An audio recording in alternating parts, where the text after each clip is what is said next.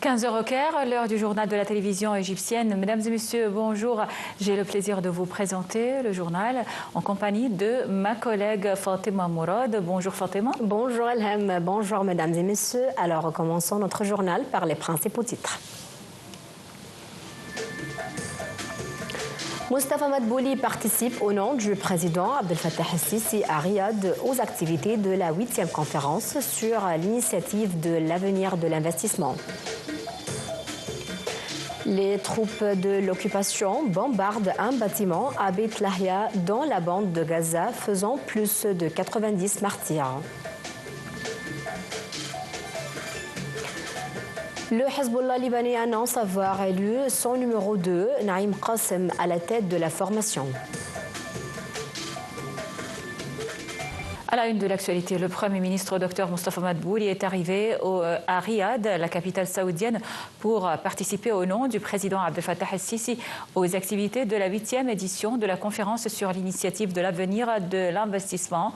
Le Premier ministre est accompagné du ministre des Affaires étrangères, de l'immigration et des expatriés égyptiens, Dr Badr Abdelghati. Le chef du gouvernement et le ministre des Affaires étrangères ont été accueillis à leur arrivée à l'aéroport international de Khaled par le vice-émir de la zone de Riyad, l'émir Mohammed Ben Abdelrahman Ben Abdelaziz, et l'ambassadeur de l'Égypte au royaume, l'ambassadeur Ahmed Farouk. Début des travaux de la 8e édition de la conférence sur l'initiative de l'avenir de l'investissement qui se tient à Riyad du 29 au 31 octobre sous le thème Horizon infini, investir aujourd'hui pour façonner demain. Participent à cette conférence quelques 5000 personnes venant de 90 pays, dont des chefs d'État et de gouvernement, ainsi que les patrons de géantes sociétés mondiales. La conférence est centrée sur les dossiers de la stabilité économique, les questions géopolitiques, la lutte contre le changement climatique ainsi que sur l'intelligence artificielle.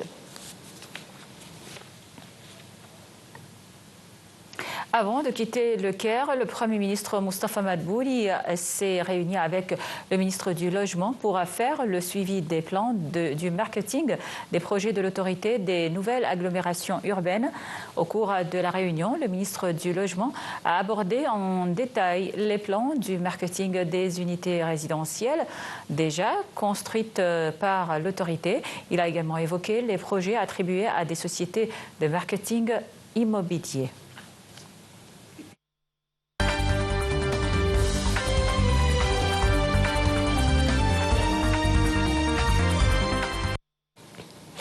Le ministère des Affaires étrangères a affirmé la ferme condamnation de l'Égypte contre la loi israélienne interdisant les activités de l'Agence des Nations Unies pour les réfugiés palestiniens UNRWA dans les territoires occupés. Dans un communiqué du ministère des Affaires étrangères, l'Égypte a considéré cette étape comme une violation israélienne pour la loi internationale tout en refusant les pratiques israéliennes visant à déplacer le peuple palestinien. Les forces de l'occupation israélienne ont annoncé hier avoir discuté avec les négociateurs étrangers réunis au Qatar d'un nouveau cadre pour des pourparlers au moment où la guerre fait rage dans le territoire palestinien. Tôt ce matin, les troupes de l'occupation ont bombardé un bâtiment résidentiel dans le projet de Beit Lahia, dans le secteur de Gaza, faisant plus de 90 martyrs. Les détails dans ce commentaire. Le chef du Mossad, le renseignement extérieur israélien, David Barnea, a rencontré au Qatar le chef de la CIA, Bill Burns, et le Premier ministre qatari pour discuter d'un nouveau cadre. C'est ce qu'a annoncé le bureau du Premier ministre israélien Benjamin Netanyahou. Les discussions se poursuivront dans les prochains jours entre les médiateurs et le Hamas autour de ce projet qui intègre de précédentes propositions et prend en compte les événements récents dans la région. La veille, le président Abdel Fattah el-Sisi, qui s'avère l'un des médiateurs avec les États-Unis et le Qatar, avait proposé un cessez-le-feu de 2 jours durant lequel 4 otages israéliens retenus à Gaza seraient échangés contre des prisonniers palestiniens détenus à Israël.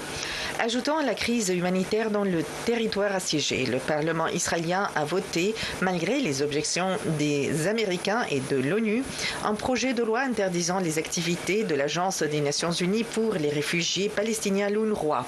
Pour sa part, le président américain Joe Biden a affirmé lundi que ses équipes faisaient le point sur les efforts en cours en vue d'un cessez-le-feu.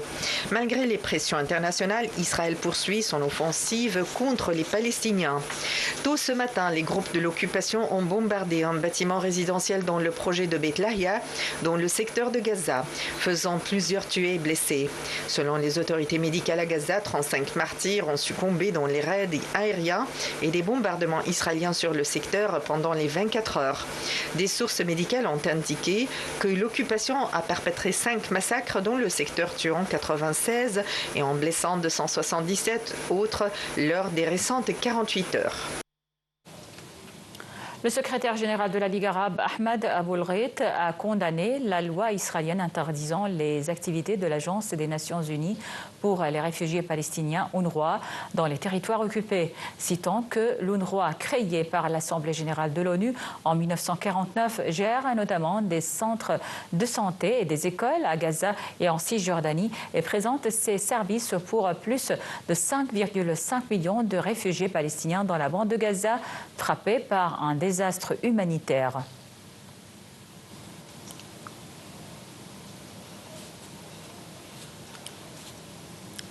Le Parlement israélien a voté hier à une écrasante majorité en faveur d'un projet de loi interdisant les activités en Israël de l'Agence des Nations Unies pour les réfugiés palestiniens, UNRWA, provoquant un tollé international.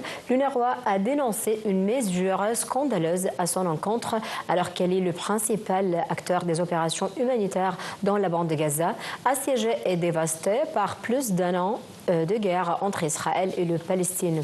Un second texte, également largement adopté, interdit aux responsables israéliens de travailler avec l'UNRWA et ses employés, ce qui devrait considérablement perturber les activités de l'agence, alors qu'Israël contrôle strictement toutes les entrées de cargaison d'aide humanitaire vers Gaza. Et le chef de l'UNRWA, Philippe Lazzarini, a dénoncé cette interdiction qui crée un dangereux précédent et va aggraver les souffrances des Palestiniens.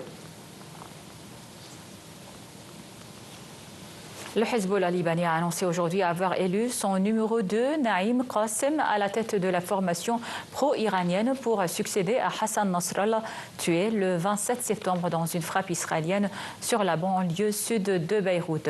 Le conseil de la Shura, organe dirigeant du Hezbollah, s'est accordé pour élire Cheikh Naïm Qassem, secrétaire général du Hezbollah, a annoncé un communiqué de la formation islamiste en guerre contre Israël. Selon une source proche du Hezbollah, il a été élu il y a 2 jours, mais l'annonce a été faite aujourd'hui. Le conseil de la Shura regroupe désormais 5 membres, dont Naïm Qassem, après la mort de 2 d'entre eux dans des frappes israéliennes, Hassan Nasrallah et son successeur pressenti, Hashim Safieddine. Les services de secours israéliens ont indiqué qu'une personne a été tuée aujourd'hui suite à un barrage de roquettes tiré depuis le Liban vers la ville de Malot, dans le nord d'Israël. D'autre part, l'armée israélienne a fait état d'une cinquantaine de projectiles tirés ce matin en provenance du Liban vers le nord d'Israël. De son côté, le Hezbollah libanais a précisé que 90 soldats militaires israéliens ont été tués et 750 autres blessés au cours des derniers affrontements entre les deux côtés.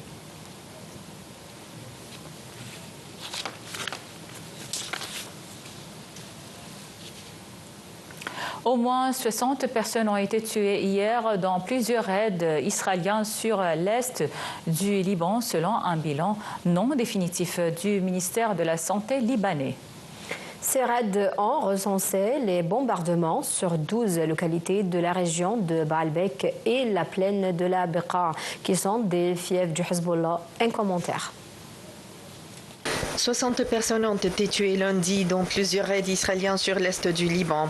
Parmi les victimes figurent 2 enfants selon le décompte du ministère de la Santé libanais. Depuis le 23 septembre, le conflit larvé entre Israël et le Hezbollah s'est transformé en guerre ouverte. L'armée de l'occupation israélienne bombardant quotidiennement les fiefs du mouvement. Le ministère de la Santé a publié en soirée les bilans des victimes dans plusieurs localités et régions visées tout au long de la journée. Les opérations se poursuivent pour déblayer les décombres dans les villages touchés, c'est ce qu'a indiqué le ministère dans un communiqué. Le ministère a cité notamment un raid sur Al-Alaq qui a fait 16 morts, un autre sur Al-Hafir qui a fait 10 morts, ainsi qu'un bombardement sur le secteur de Ram dans lequel 9 personnes ont été tuées.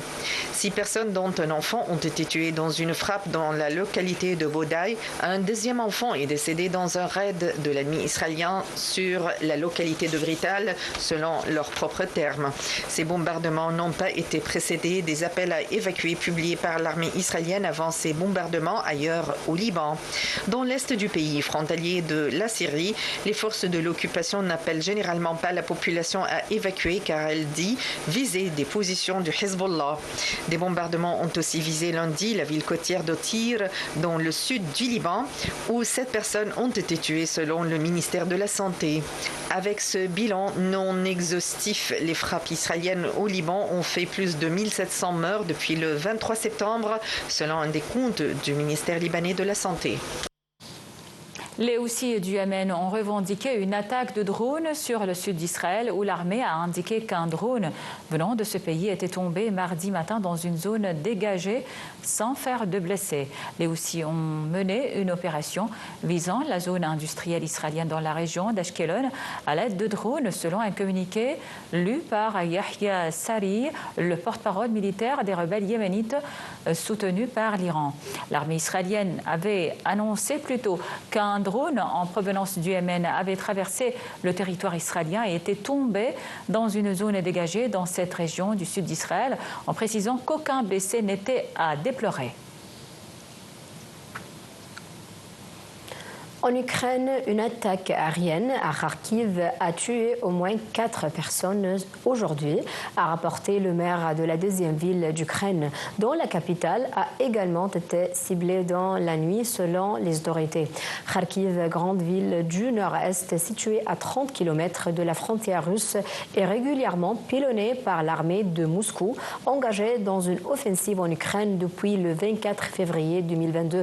Kiev a également été la cible d'une attaque de drone tôt aujourd'hui qui a incendié des véhicules garés, un magasin et un bâtiment commercial. L'Ukraine a demandé à ses alliés de renforcer ses défenses aériennes à l'approche d'un hiver qui s'annonce des plus rudes de la Russie, intensifiant ses frappes sur les infrastructures énergétiques.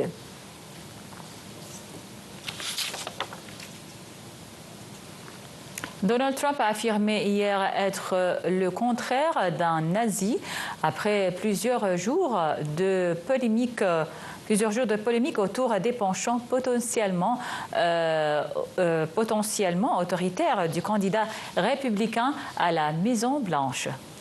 À une semaine d'un scrutin particulièrement incertain entre Kamala Harris et Donald Trump, ce dernier est sous le feu des critiques pour d'anciennes déclarations qu'il aurait tenues et après un meeting à New York marqué par des propos racistes.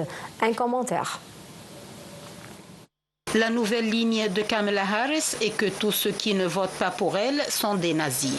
Nous sommes des nazis, a lancé Donald Trump à ses partenaires lors d'un meeting à Atlanta, dans l'État clé de Géorgie. Je ne suis pas un nazi, je suis le contraire d'un nazi, a-t-il ensuite martelé. La semaine dernière, John Kelly, son ancien chef de cabinet à la Maison-Blanche, avait estimé que son ex-patron répondait à la définition d'un fasciste, une accusation reprise par la démocrate Kamala Harris. Dimanche, c'est son meeting au Madison Square Garden de New York qui avait créé la polémique après les déclarations d'un humoriste partout dénoncé comme raciste. Porto Rico, territoire américain des Caraïbes, est une île flottante d'ordures au milieu de l'océan, a lancé Tony Hinchcliffe. Cette plaisanterie ne reflète pas l'opinion du président Trump, a fait savoir une de ses porte-paroles. À l'opposé, Kamala Harris a immédiatement exploité la controverse en promettant dans une vidéo de dessiner une voie nouvelle et heureuse pour Porto Rico. La vice-présidente et son colistier Tim Walz vont se rendre cette semaine dans l'ensemble des 7 États clés les plus disputés. Ces derniers jours, la tension est encore montée d'un cran, alimentée par la crainte que l'ancien président Donald Trump ne refuse à nouveau de reconnaître sa défaite, comme en 2020, en cas de victoire du camp adverse. Et s'il venait à gagner, il a promis un grand programme d'expulsion des migrants et de s'en prendre aux ennemis de l'intérieur. Les sondages donnent toujours au coude à coude Kamala Harris, qui deviendrait la première femme noire présidente des États-Unis, et Donald Trump, candidat pour la 3e fois à la Maison-Blanche. Alors, c'est la fin de notre journal. Merci pour votre attention. Bonne suite de programmes sur la télévision égyptienne. À tout à l'heure.